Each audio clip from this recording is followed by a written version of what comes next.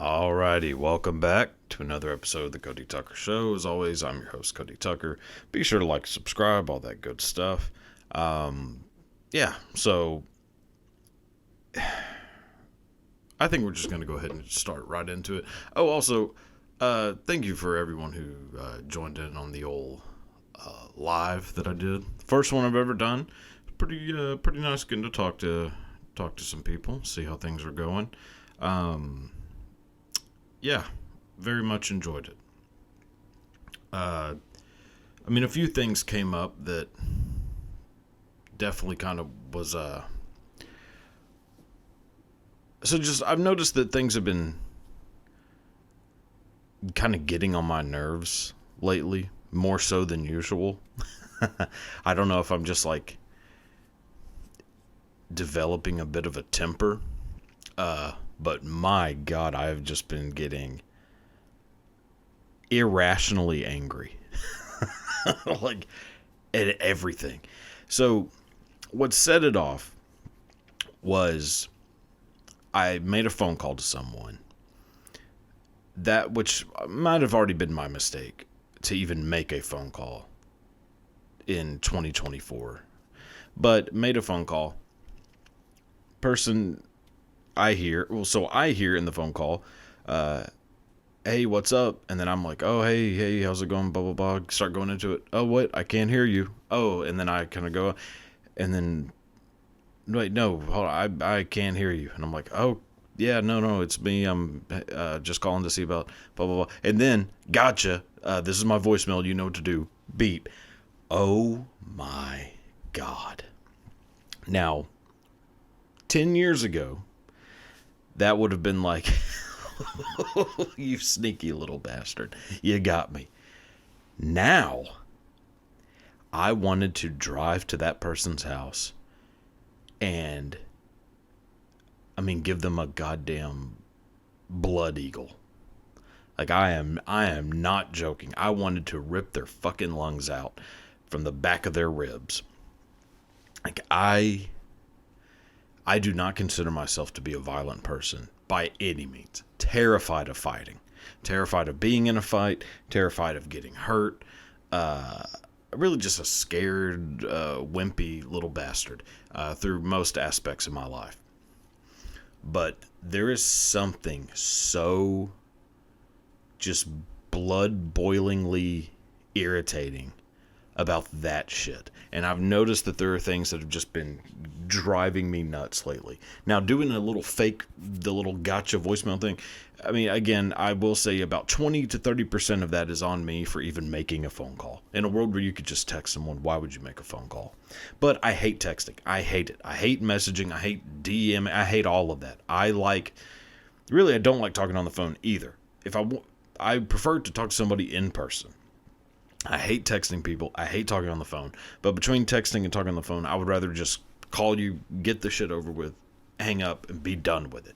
Instead of having to wait 10 minutes for you to finally, decide to text back. So part of this is my mistake because I'm trying to live in a world that no longer exists. But, oh my God, the fury that was...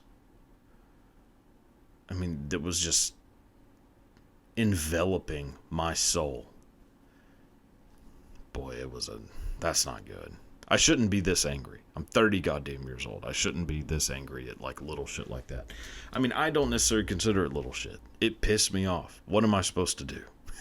I'm living my truth, goddammit. But yeah, there's a handful of things like that I've just been noticing. I feel like I've been noticing people chewing with their mouths open way more than I used to notice. I've always kind of noticed it because it was ingrained into me that you never do that. That chewing with your mouth open, making any noise while you're eating is just the most disgusting thing you could do. It was driven into my psyche. And I don't feel like I ever was that anal about it. But lately I've noticed myself wanting to, being at a restaurant and hearing it throughout all the other sounds of the hustle bustle in a fancy restaurant, hearing just and wanting to push the table, politely walk over, and just slam that fucker's head right into their plate. Like, it has become much harder for me to resist the urge to shove a fork in someone's goddamn carotid whenever I hear smacking. It drives me nuts. And it did not used to drive me this nuts. It always made me just be like, God, why would you do that? But it never made me want to cause physical harm to someone. Maybe it's just part of getting older. I don't know. Anyways. So let's just go ahead and see what's going on in the world. Fuck all of this. I'm really just rambling on to nothing. But again, thank you to everyone who did join into the live. It was actually quite a turnout, which I was pretty surprised. And got some good questions, which I was going to, some of them I wasn't able to answer on the live, so I'll answer on here. Which is kind of one of the points of doing it. I was like, well, let me just get some ideas for like some questions. I tried to answer everybody's questions to the best of my ability on the live, but I'm only one woman, and so some of them, I'm not gonna do them because fuck it, who cares? A lot of movie questions, which I appreciate as a big movie buff, fan of film, as one would say. I'm always down to kind of rank movies and to also talk shit about movies that I do not like. Forrest Gump. But let's just go ahead and talk. Actually, so in somewhat speaking of that. So I watched this documentary on Netflix. Hell Camp. Teen Nightmare. It was pretty highly rated on the old flicks, which, okay, so before I go into that, I'm kind of curious if I'm alone on this or not. I will subscribe to Netflix. So Netflix is the only streaming service that I do not constantly keep. HBO, Max, the Cock. There's a few of them that are just constant. Like, do I watch the Cock a lot? No, but every once in a while, I want to watch wrestling from I want to watch Attitude Era WWF. So I'm firing up the Cock and watching it. And Max is without a doubt the greatest streaming service on the planet. They are in no way a sponsor, obviously, but I wish they were. At least just to give me like a free fucking subscription, because it's like goddamn $17 now, I think. Which is, they do have the best shit, so it's kind of worth it. But Netflix is one of the ones that, like, whenever I subscribe to it, I realize, there's nothing on here. Like, and it's a very pricey subscription compared to most. And, not to brag, but I got a little scratch in my pocket nowadays. But still, like, I'm not interested in, taking out a bank loan just so I could watch fucking the American Gladiators documentary. Although, kind of worth it, because that American Gladiators documentary was amazing. And going back and rewatching it, definitely was able to pinpoint the reason why I am highly attracted to muscular women. I never really understood where it came from, and then I was watching, I was like, oh, this is where that came from. I used to watch this every day, and boy, did that imprint on a young Cody Tucker. So, all right, so I watched this. Hell Camp Teen Nightmare. And if you have not watched this, oh my God. It is, it is incredible. So, I had kind of heard of this. So I had kind of heard of these camps because of like the Paris Hilton shit. That apparently she was in one in Provo, Utah, and I guess some shit happened to her that was not so good. But this one, they actually like go in and show you what was going on in these camps. So basically what happens is these teens, who most of them are not really that bad off. Yeah, you're doing a little crank here and there, but it could be worse. These teens are getting sent to, I'll lay this on. These teens are getting sent to, which I didn't realize this is what was going on. They're getting sent to the middle of the fucking desert, and a bunch of 16-year-olds going through fucking heroin withdrawals are forced to hike like 400 miles through the Utah desert, and one of them dies. What a shock. The most shocking thing, and there's a lot of shocking shit in this documentary, the most shocking thing to me was that only one person died. Now, I have, not to brag, but I've spent a lot of time around people who are addicted to very hard drugs. Getting them to do any sort of physical activity is, it's like teaching a fucking house cat how to water ski. Like, it ain't happening. Yet, they were somehow able to make these, kind of shithead teens walk across this desert. And they all kind of did it. And actually, a lot of them were like, yeah, kind of glad I did it. Finally felt like I accomplished something in my life. And then, of course, there are a few that are like, it was hot. Which would have been me, for sure. I would have been complaining my ass off. And I probably should have been sent to a hell camp. Now that I look back at my life, I 100% should have been sent to a hell camp on numerous occasions. I was a complete shithead as a kid. Very argumentative, lazy. I retained both of those attributes, but it was really bad in my teen years. So for sure, if mom and pops had $30,000 lying around, they probably would have sent my ass to the desert, and I would have. Boy, it would have turned into Lord of the Flies real quick. There ain't no chance in hell you could have got me to walk across that fucking desert. But, they were able to. And then, yeah, they're complaining that they were it was bad conditions. You know what would have helped? Don't do drugs. Don't be a piece of shit to your parents. Then you don't have to get sent to the desert. It's not rocket surgery. You just be a normal, decent person, and you don't have to get punished for shit. It's one of the best things about, goddamn, I guess I'm going to bring up again. It's one of the best things about not drinking is that I won't ever get a DUI. That's nice. That's nice to know. It is nice to know that I'll never have to worry about that again. I never got one, but I definitely worried about it.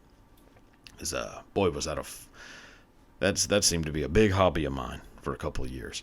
And, that's that. It is what it is. But the relief you get when you it's like the same thing as when you tell someone the truth. The relief of not having to have a good memory is very nice. Lying to people is really giving yourself a lot of extra work for no reason.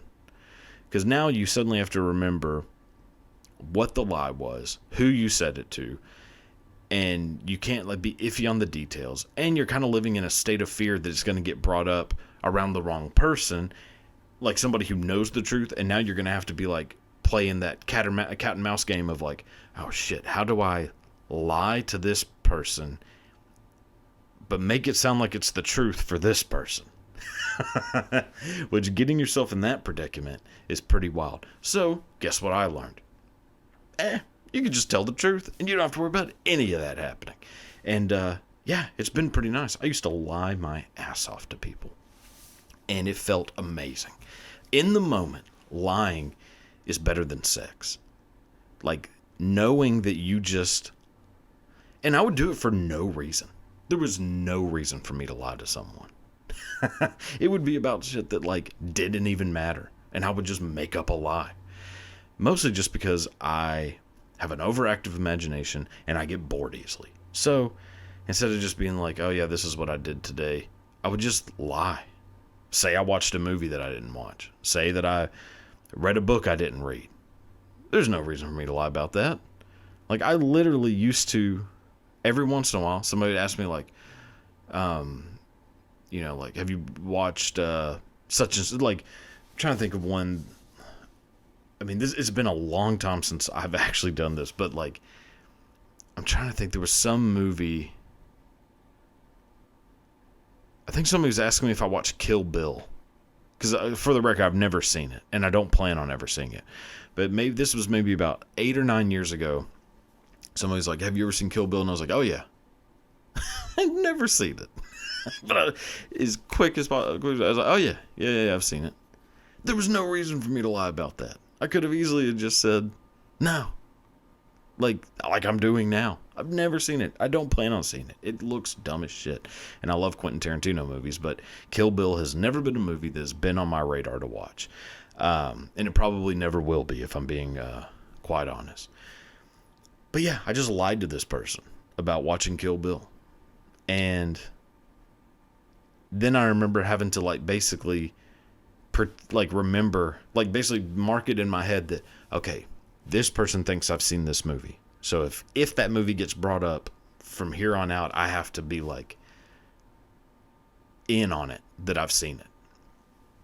And then I remember just thinking, boy, that's given myself a lot of work. So really, I didn't start becoming an honest person out of any kind of moral sense. It was really just to make my life easier. I don't know what that says about me, but it's probably not something good. But yeah, so just don't lie to people. I don't know why that all came about. But yeah, just don't. Oh, right. If you don't do bad shit, you don't get in trouble. Usually. A good rule of thumb, if you don't break the law, you won't get arrested for something. It's definitely cases where that has not been true. But for the most part, if you just kind of do what you're supposed to do, be a decent person, bad shit won't happen to you. Like that. So yeah, don't spend your parents' money on heroin. Because then they will spend 5 figures sending your ass to the middle of the desert. And you might die. Or sending you to the middle of Samoa, and you're basically sleeping on a bunch of rocks while a local tribal chief does some horrific things to you. Which is actually what happens in this documentary. Now, the documentary, I had to write the name down because I really wanted to make sure I remembered this. The guy who started this is a fellow named Steve Cardizano. Now, Steve Cardizano is a fella who, for sure, is in the running for biggest asshole of all time. This guy, it just keeps getting worse and worse throughout the documentary. He was. And then it turns out that both of his kids end up being fucking heroin addicts. And you're like, oh, what a shock. The guy who thinks he's going to cure people's children of their issues by sending them to the desert and basically torturing these fucking kids. There is, you should feel sorry for the kids that are sent to the desert, but it's really hard not to. It's really hard to. It's really hard to feel sorry for, whiny teenagers. They interview one of the guys who was kind of kind of like a camp counselor, but more of a drill sergeant. And this fucker's on an oxygen tank, and he clearly doesn't give a fuck about what he was doing back then. He's sitting there, hoses in the nose, just oh yeah, they're a bunch of fucking brats. He doesn't care at all. We were doing the right thing. And I shouldn't be on his side, but I am. Fuck it. I would have loved to have been in his shoes. I would not have liked to have walked across the desert for any reason. Unless I was goddamn Moses. There'd be no reason for me to walk across the desert. But if I got to watch a bunch of kids, if I got to watch a bunch of teenagers sweat out, their DTs. Isn't that what it's called? DTs, heroin? Withdrawals, they call it? Detox, yeah. Yeah, if I could watch a bunch of 16-year-olds DT in the middle of the desert, it'd be worth it. Just saying, oh, my skin hurts. I bet it does, bitch. Maybe you shouldn't have been sticking needles in your damn arm. So, anyways, but Steve Cardizano, massive piece of shit. And then, yeah, it's like, well, who would have thought that both of his kids end up being massive drug addicts? Then they're interviewing his wife, who is like clearly pilled out of her fucking head and has no clue what was going on with her own kids. And they're asking, like, what happened to the son? She's like, oh, he's in prison. Yeah, I bet he is. I bet he is. Oh, yeah. So I actually grew up. I mean, one of the reasons why this kind of like was interesting to me in general was that I grew up in a city where one of these types of institutions was, or I guess still is. I think it's actually still there. It was a, I mean, I probably won't say the name of the place just in case, but, I mean, it was in a sense, a boarding school, but also in a sense, a hell camp. So, like, it wasn't necessarily a school because they went to school with us. Like, the kids who got sent there went to the high school with all the other kids. But they all lived in these, like, log cabins and had very weird, ultra Christian rules that they had to follow. And then, like, you're talking to these kids and you're expecting them to be, like, bad kids because, like, they're getting sent, from all over the country to this, stay in these fucking log cabins because they've been, killing people or whatever the hell it is they're doing. And you talk to them, you're like, oh, y'all aren't, like, that bad. Like, at all. And then it turns out they just all have rich parents who don't want to deal with their kids' bullshit, so they just send them away. And, yeah, you realize, like, oh, okay. So that's how this world works. Like, the truly bad kids don't get these types of treatments. They go through the public school system to the point where they either drop out or somehow squeak by, and then they end up just plummeting. That's the reality of, like, bad kids. These are just kids that are, like, acting out because their parents don't give them any goddamn attention because they're probably drugged out of their minds, but they're on designer drugs, so that's okay. But they're not paying fucking attention to their kids. So yeah, it's way easier for them to send their asses to, an island or the desert or East Texas and hope for the best. But yeah, I remember, like, talking to these kids, and I became friends with, like, most of the kids who were in this school. And I was like, yeah, there's nothing wrong with y'all. I'm way worse. Like, I'm doing way worse shit. I'm, like, doing, like, whippets and shit, like, before school. And nobody's sending me away to any place. So, yeah. And they all, for the most part, I mean, not all of them, but, like, most of them turned out pretty good. Like, the ones that I've, like, kind of kept in touch with have, like, turned out very well. And I don't think it had anything to do with them being sent to a log cabin community in the piney woods. I think they were just all right from the get-go. Anyways, fuck it. Who cares? So, if you get a chance to watch this hell camp, you definitely should, because it is utterly fascinating. But let's go ahead and just move on to the next subject, which is a bit of a letdown, but, if you're noticing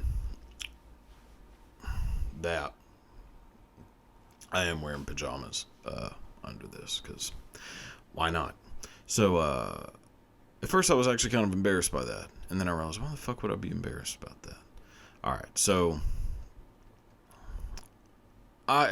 preface.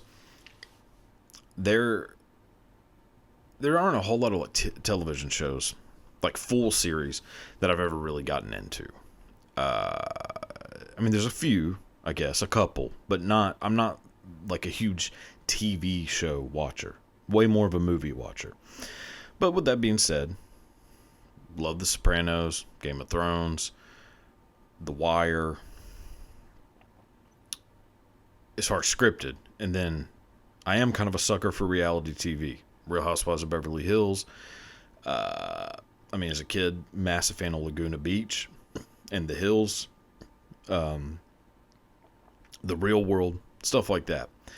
There's one show that, for me, has reigned supreme my entire life, basically. Starting in was, I believe, 2000. I remember with the folks watching the very first episode of the show. Have not missed an episode since, and it has been on for about 46 seasons, I think.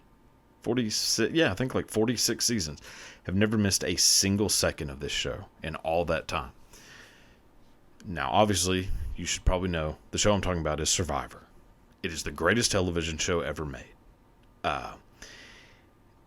It's a mixture of everything that I love: lying, swindling, strategy, the Holy Trinity, like the Catholic Trinity, but regardless. Now, there's a bit of a controversy surrounding a former Survivor contestant. Not just contestant, a Survivor winner, a fellow by the name of Nick Wilson. Here it is. Kentucky Republican introduces bill to legalize sex with first cousins. Uh-oh. So, if you don't know, that guy who now the smile seems much creepier than it used to. That is Nick, who won, I believe, Survivor. Oh, I'm not going to have the number right. Maybe 37? 36? It was David versus Goliath, I believe, is the subtitle of that season. And at the time, he's a lawyer from Kentucky and has now kind of worked his way up. And, is like, all right, now that I've worked my way up, I'm going to start making some changes around here. I'm going to try to make Kentucky a better place. How am I going to do that? I'm going to let you fuck your cousin. We're going back to the grassroots, baby. We are going to make Kentucky what Kentucky has always been. Now, I don't know if cousin fucking is... It may as well be the national sport of Kentucky, as far as I'm concerned. And I would sure like to get a look at what his cousins look like. Because there has got to be at least one cousin that he has set his sights on. If I were in his family, I'd be looking around like, oh no, he's coming for all of us. Literally and figuratively. So, yeah, I mean, I guess to introduce a new segment, dipshit of the week, 100% goes to Nick Wilson, Survivor winner, $1 million. Really just shows you cannot buy your way out of being just straight Southern trash. Like, no amount of money really takes, you could take the girl out of the trailer park, but you can't take the trailer park out of the girl. And that is what we've seen with a Survivor winner, Nick. My God. Like, now, I guess to a certain extent, why not? I mean, if you want to, if you're both adults, who cares? And that might be the trailer park in me talking. If I'm, I'm kind of realizing, but still, at the same time, yeah, like if you want to, you want to. If you both want to, I mean, as long as you both want to. That might not be a good take on my behalf. I've had worse. I mean, God, like, that's what you're gonna do? You get put into office, and I don't know what level of office he is, and it doesn't really matter. If you get put into office, there's got to be things that are more important. Like, what do your roads look like? You got potholes around? Take care of that first. Legalizing cousin fucking has got to be something you're doing second term. Like, that's not a first term need. Like, take care of the infrastructure first, Make sure the roads are good. Make sure the schools are getting funding, I guess. Keep the libraries open. I mean, Kentucky probably only got about 1.5 libraries. And by half, I mean, like, there's probably a gas station that has some magazines in there. Field and Stream, mostly, I'm sure. But, make sure that stays open. Worrying about, I mean, turning family reunions into orgies is probably not... It probably doesn't need to be on the agenda. Oh God, man, what a letdown for the survivor community. There have been worse winners. I mean, I guess for actually, I might do a video on this guy because it's pretty interesting. I think it was season 3? I mean, it was like early. There's a winner named Brian Heidick, I think is his name. It's been fucking 20 years since I've watched this, but I think it was like Brian Heidick. And, I mean, he was like very good on the show. But there was something real creepy about this dude. Like, just kind of nothing behind the eyes. And then it turns out that he, ended up being a real psychopath. At one point, I believe he was arrested for shooting his neighbor's puppy with a bow and arrow. Yeah. Like, we need to talk about Brian. Yeah, I'll have to do a video on him, or make that part of like a little half-ass history video, because that's actually pretty interesting, like the full story of that. But yeah, so there's that, and I believe like Jeff Probst even came out and said like he's like the most. How did he word it? It was something like not unforgivable. Like something like he's like the most like cold, like callous winner they've ever had. And he's like one of the only people they've never offered to come back. It's like they basically kind of pretend like that season didn't exist, and for good reason. Like I've never seen it in any I don't think I've ever seen anyone from that season ever back. Like, yeah, they kind of consider that season a wash, which is pretty interesting. But anyways, Nick. Come on, man. That you ain't got to be doing that. I mean, there's probably some biblical bullshit that he's going off of. I'm sure in the Bible there's something about banging your cousin. I mean, hell, Adam and Eve. If Adam and Eve is real, then they had kids. But weren't they all 3 boys? Is it Cain, Abel, and then wasn't there another one? Like Hoth or some shit? I don't think it was Hoth, but I think there was like a third one. And like, does that mean they were all fucking their mom? Because there's no other chicks around. But then also, Abel ends up leaving and he meets other people. So how does that happen? Like, where did those people come from? If Adam and Eve are the first 2 people. I don't know, there's something real fishy about that Bible. All right. So actually, I know I said that Nick Wilson might be the winner of the inaugural Dipshit of the Week. I just saw this and realized that I think he's got some steep. I think he's got some steep competition. So, Martin Luther King Jr. Day was a couple days ago from the time I'm recording this. Usually a great time to look back at the achievements made by a very selfless person, the Reverend Dr. Martin Luther King Jr., person who stood up for the rights of African Americans across the country in a very peaceful way, a person who very well revered, I believe, by both sides. Now, if you're like me, and 1 month out of the year in school, you spend a pretty good amount of time learning about George Washington Carver, Harriet Tubman, and Jackie Robinson. Martin Luther King was rounding out the top 4. That was like the Mount Rushmore of black people for a kid growing up in a very white suburban school. So, there's peanut butter, baseball, Martin Luther King. And turns out George Washington Carver did not even remotely invent peanut butter. But boy, was I led to believe he was. Or that he did. Now, rewind back. Martin Luther King Jr., obviously a person who for sure deserves a holiday. I did not realize that it was Kind of a nightmare trying to make that happen. And it didn't even happen until like the 80s, I think, which is wild. I guess in my mind, I picture Martin Luther King Jr. being like over 100 years ago. I don't know why it like, I don't know why it's like baffling to me that this was like, this is like when like Woodstock happened.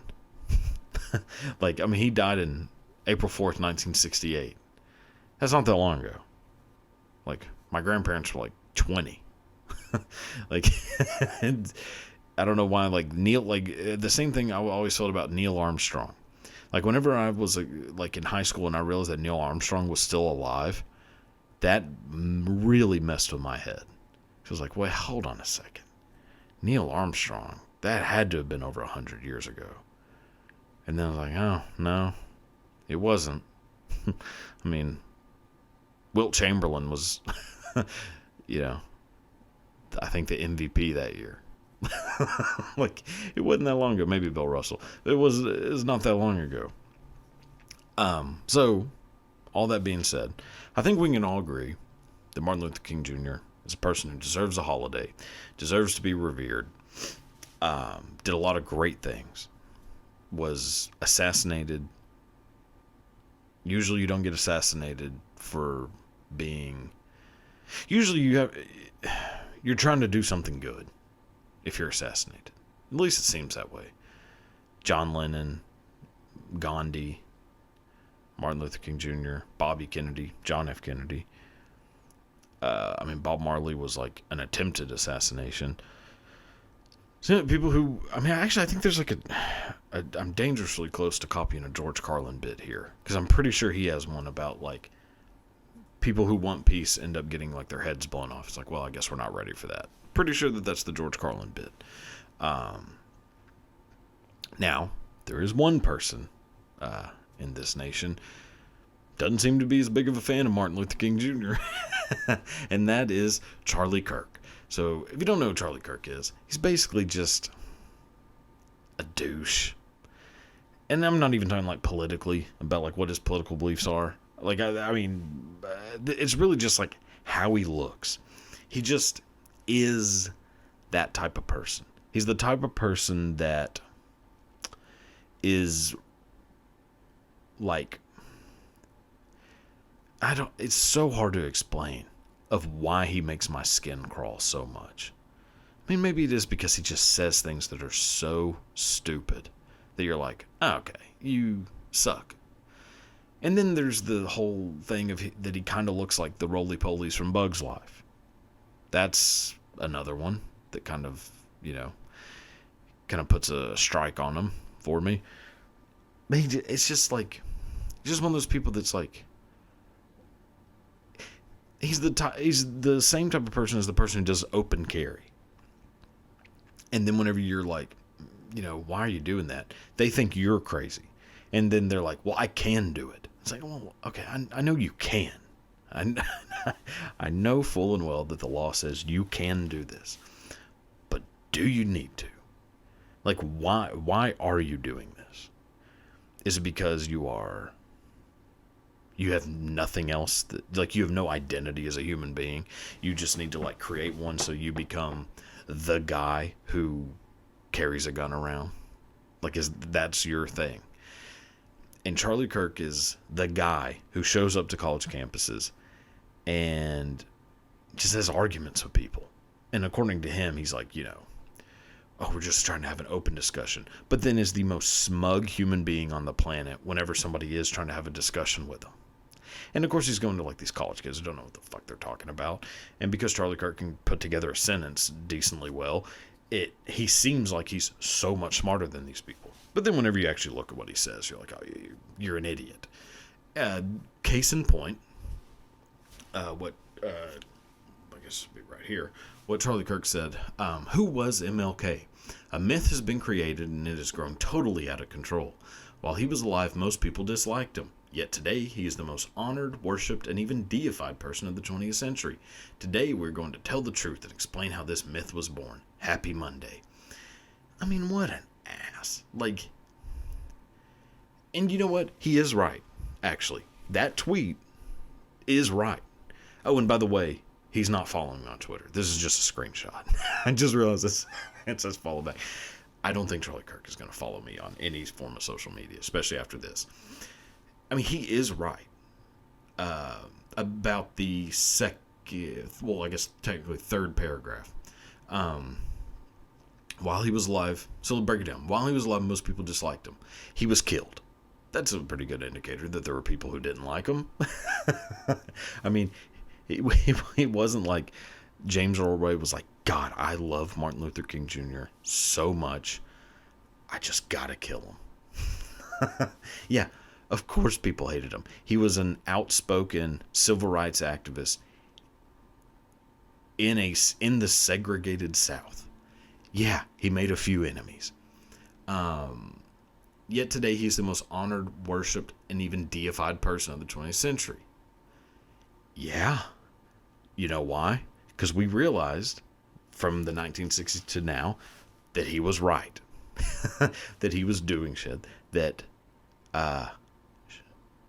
mattered. That he was changing the world for the better. And doing it in a peaceful way, which was, gotta have been hard to do. Gotta have been crazy frustrating. I mean, he was put in jail multiple times. He was murdered because he was trying to help people. So yeah, that usually will make someone deified. Kind of like Charlie Kirk's real hero, White Jesus. Charlie Kirk has spoken multiple times about being a pretty big Christian. Well, that third paragraph sounds a wee bit like, actually, if you took 20th century, marked it off, and said first century, it would exactly describe blonde hair, blue eyes, Jesus. So, yeah, that's how that works. A lot of people didn't really like Jesus. So much so that they hung his ass up and killed him. And guess what happened to him? He became a literal deity. So, yeah, I think that is kind of how that works. Now, was Martin Luther King Jr. a perfect... I gotta take that down. That's driving me fucking nuts. Was Martin Luther King Jr. a perfect person? No. Did he commit adultery? Sure. Did he, possibly witness a sexual assault and do nothing about it? Yes. Was he possibly committing some acts against people not quite of age? Maybe so. Not in any way justifying that. I'm literally saying maybe so because I don't think it's ever been proven whether he did or not. Now, cheating on his wife, all that stuff, yes, the adultery, that's proven. But it is just kind of, as far as I know, I don't think it's actually proven whether or not he, did anything to anyone else. Or, about the sexual assaults or anything. But, yeah, so Martin Luther King, not a perfect person. And a lot of people disliked him because he had somewhat communist ideas, or at least seemed communistic at the time. But, if you are trying to help a group of people who have been forced into poverty over a couple hundred years, it's going to be pretty hard for them to just, claw their way to the top. So you might need a little bit of assistance in kind of getting some footing for this group of people who, have been pretty well fucked over. So, okay, is he a communist? I don't know. Probably not. Probably not by the actual definition of communism. And certainly not, he's not goddamn Fidel Castro by any stretch of the imagination. But for that dipshit, Charlie Kirk, to be thinking like, oh, we're going to take down Martin Luther King Jr. Do you just not have anything better to do? That's really what it comes down to. How bored could you possibly be in life? That's who you're taking down. Take down Mother Teresa. Mother Teresa was an actual horrible person. And it has become an actual saint. By definition, is a saint. But when you go back and look at Mother Teresa, horrible person, did nothing good for anyone. Martin Luther King Jr., okay, yeah, if you're saying like the adultery, oh my God, we can't celebrate him because he cheated on his wife. Big fucking deal. Who cares? You know what? If I was a person who, like if I was African American in the 60s and couldn't go into a goddamn, McDonald's without getting like my fucking head bashed in because I didn't go to the black side of the McDonald's, which I think is McDowell's. But yeah, and Martin Luther King Jr. helped change that. I wouldn't really care that he cheated on his wife. I'd be like, all right, there are worse things. I mean, look who he helped. He helped out millions of people. So, yeah, having him being a celebrated person is, I mean, I don't, I know this is a wild take, but I think we should probably still celebrate Martin Luther King Jr. And with that, that'll be my platform when I run for president. Hey, MLK wasn't so bad. Jesus Christ, what a fucking moron. I mean, to just be such a smug prick, too. Like, fuck that dude. He's got to be one of the most annoying people on earth. Like, he's a hate watch. Because I will watch his videos and just be like, God, I hate you so much. But, like, I'm giving him attention, which I shouldn't do. Oh, well. It is what it is. All right, so with that, we'll end this part of the show and move on to the educational part of the program. And that will start right now. All right, so for this episode of Where That Come From, a little bit different than normal. This time we're doing and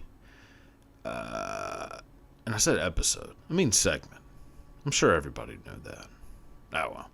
So for this segment, make it a little bit different than normal, and it's going to be the origins of the name of a very famous band. So, still a word origin, and all that, so it still fits. But yeah, make it a little even more interesting, hopefully.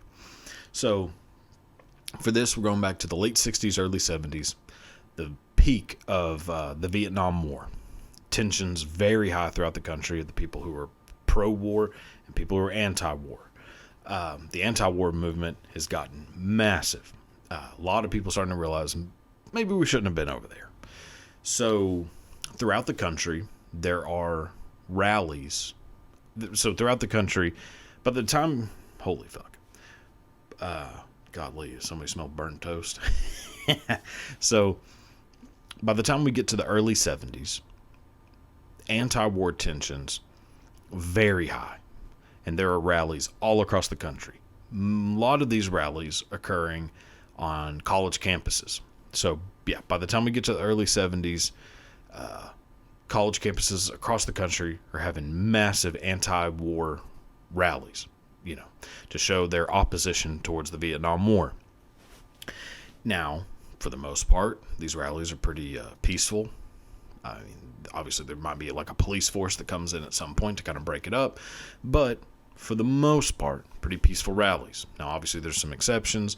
There's like, the 1968 Democratic National Convention, which that turned pretty violent, but overall, they're just your typical anti-war rally. Well, things got a little bit out of hand on the Kent State campus in Ohio. So, at the Kent State campus in Ohio, there is a rally that is going to be organized on campus to protest the Vietnam War.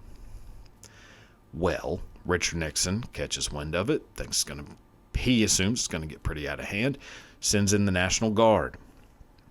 So Richard Nixon ends up sending in the National Guard to squash this,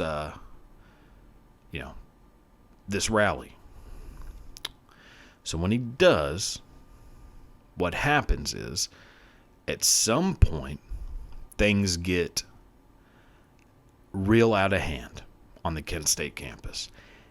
And the National Guard start firing on the students who were protesting the war, on the protesters. So at some point, something happens where, the National Guards, the people in the National Guard just open fire on the student protesters. Oh boy. And in this, melee, 4 of the students are shot and killed. Now, side note, one of the students who was there who witnessed the shooting was a fellow named Joe Walsh, who would later go on to join the Eagles. But that's, just a little side fact. 2 of the students who were shot and killed are Allison Krauss and Jeffrey Miller. Those 2 students shot, killed. 2 of the students shot, Allison Krauss, Jeffrey Miller. They have a friend named Gerald Cassell, who at the time was a musician on campus, kind of hopped around different bands. Gerald, very close with Allison and Jeffrey. So he has just seen 2 of his friends shot. A little bit of time later, Gerald's still a student, very torn up about this.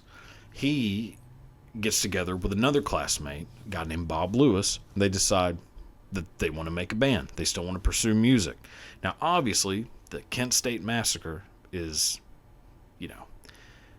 weighing heavy on their minds at this time. It has not been a very long, since the murders, and they are still very torn up about it. They believed that the Kent State shootings was a sign of the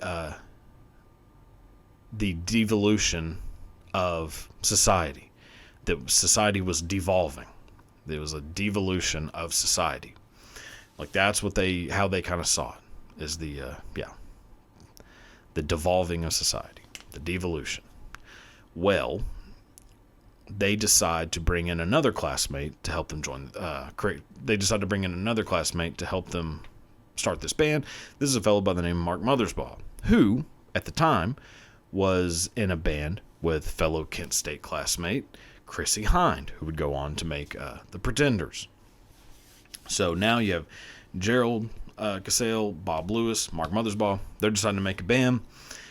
That idea of the devolution of society ends up inspiring their band name. They take the word devolution, shorten it, and they shorten it to Devo. So that's where the old the band Devo comes from. So hopefully that was interesting to you, and boy did I stumble my way through that. So all right, take a break and we'll do the old half-ass history. Here we go. All right, so first story that we're doing today is a bit of a doozy. So try to follow along. It shouldn't be that hard to keep up. There's a lot going on here. So first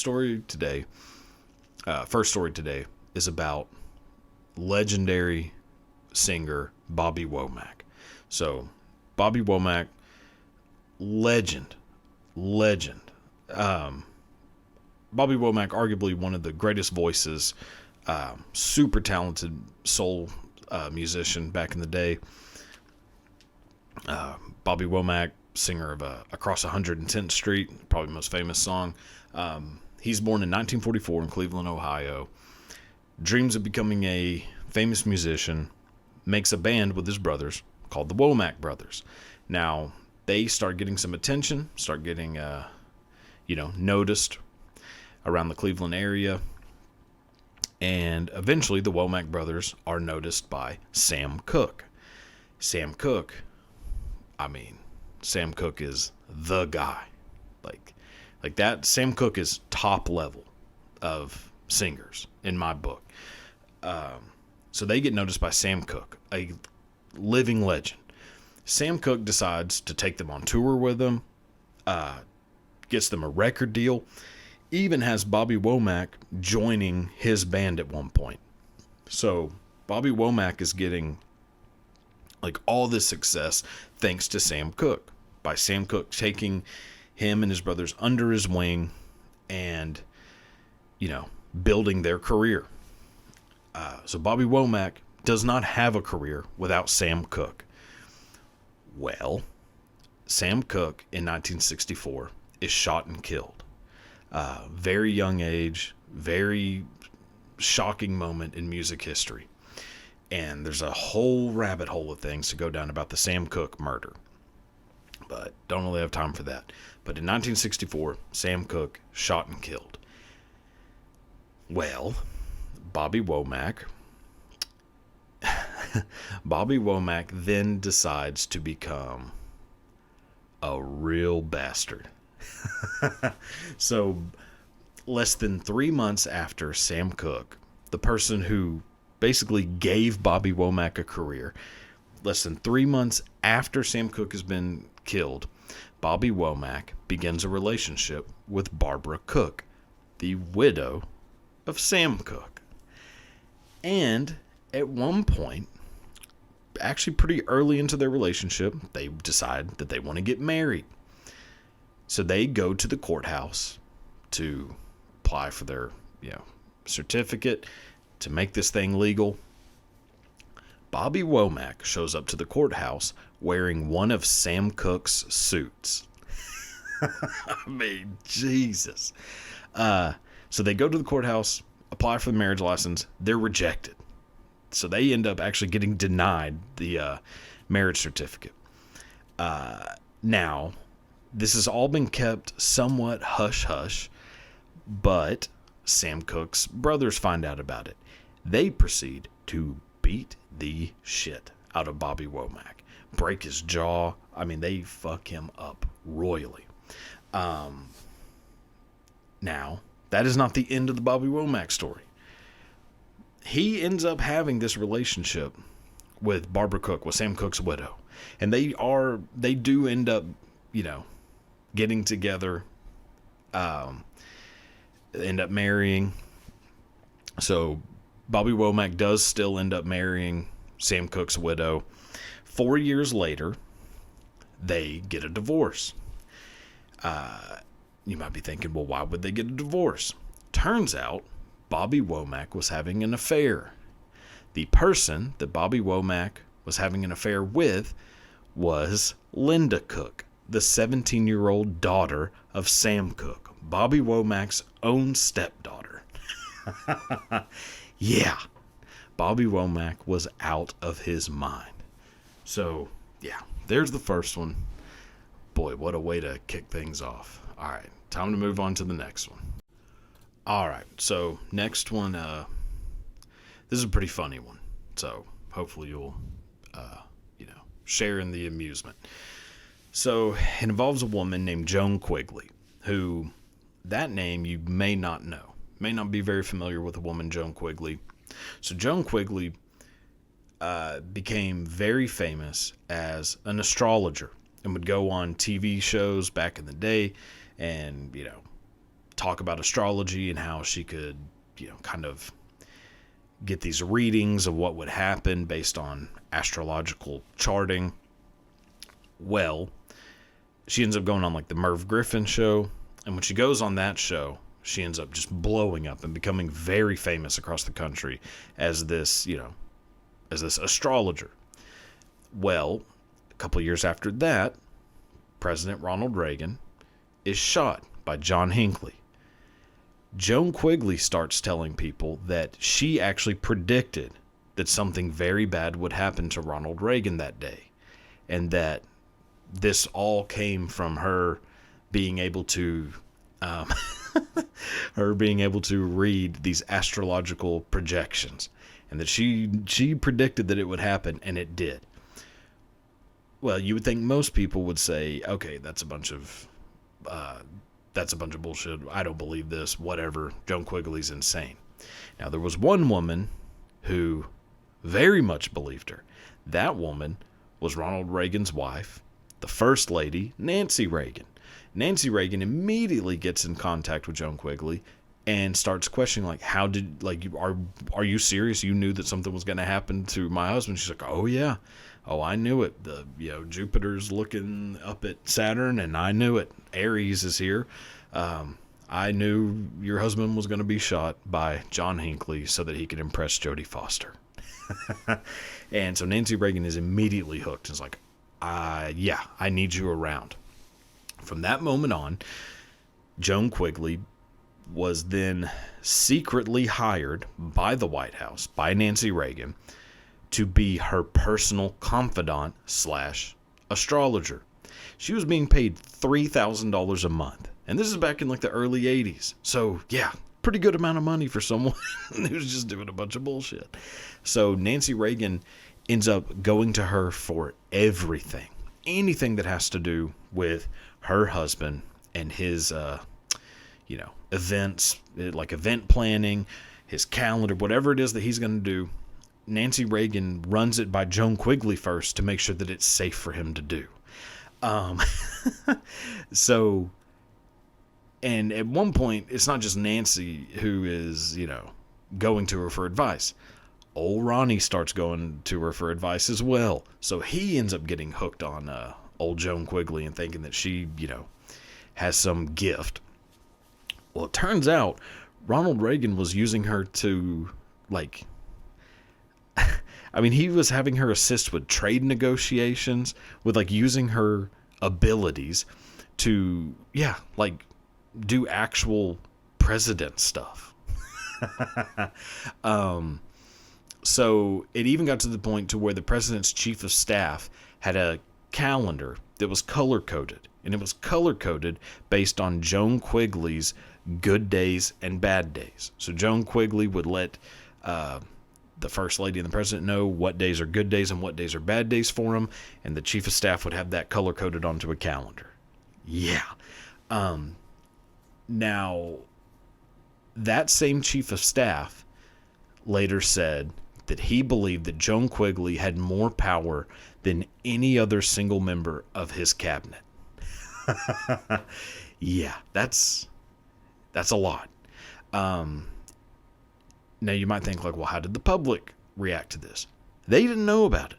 So it was actually kept very secret until a 1988 tell-all by that same chief of staff.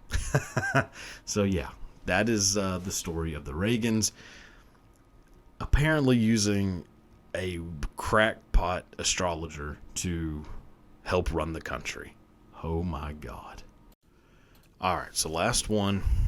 I shouldn't have really planned it this way, but I'm going to end it on a real downer. I probably should have saved the Reagan's astrologer one for last, but I didn't. So this story involves the Libyan dictator Muammar Gaddafi. So before old Muammar Gaddafi got a knife up his ass, so actually rewind. If you're curious as to why Muammar Gaddafi ended up with a knife in his ass, this might be one of the reasons. So Gaddafi was, like most dictators, a bit of an asshole. And at one point, Muammar Gaddafi decided to... So in 1984, Gaddafi decides to host this huge basketball game. This massive event, really, but centered around a basketball game in the city of Benghazi. So Gaddafi is organizing this basketball game in the city of Benghazi, and it's a basketball game for the nation's youth to come out and have fun. That's the idea. Well, the basketball game's going, and everybody's having a good time. All the kids and teenagers that are in the audience are enjoying it. It's a smashing success. Then there's halftime. And like any good sporting event, gotta have a great halftime show. Well, Gaddafi's idea of a halftime show was to bring out a young man from the crowd, a fellow by the name of Al-Sadek Al-Shuwaidi. Now, this young man was brought out into the middle of the basketball court during halftime to stand trial for being a dissenter to Gaddafi's regime. and during halftime, there was a mock trial held for this young man, in which, surprise, surprise, he was found guilty. So you would think they would just put him in handcuffs, take him out, send him to prison, and then that'd be it. Well, that is not what happened. Instead, they immediately brought out some makeshift gallows, put a noose around his neck, and hung him in front of a giant crowd of little kids and teenagers. So basically, the Libyan youth were now witnessing what happens to someone who goes against Muammar Gaddafi. And so Al-Sadek Al-Shuwaidi is being hung in front of Al-Sadek Al-Shuwaidi is being hanged in front of this huge crowd of Libya's youth. And he is not dying very quickly. So his neck did not snap. Instead, he is basically like being strangled, but it's lasting much longer than you would want. Well, this woman comes walking out of the crowd and walks over to those gallows. And everybody in the crowd's like, oh, she's going to like save him. Like this nice woman is going to, maybe like cut him down, free him. Well, instead, she grabs him by the legs and starts pulling down on him to try to kill him faster. Oh my God. So that woman ended up becoming the mayor of Benghazi. And being one of Muammar Gaddafi's most trusted allies. So there's a nice little bedtime story for you that just shows what kind of just how much of a complete monster Muammar Gaddafi was. So, there we go. That'll end it for this week's episode. Until next week, goodbye.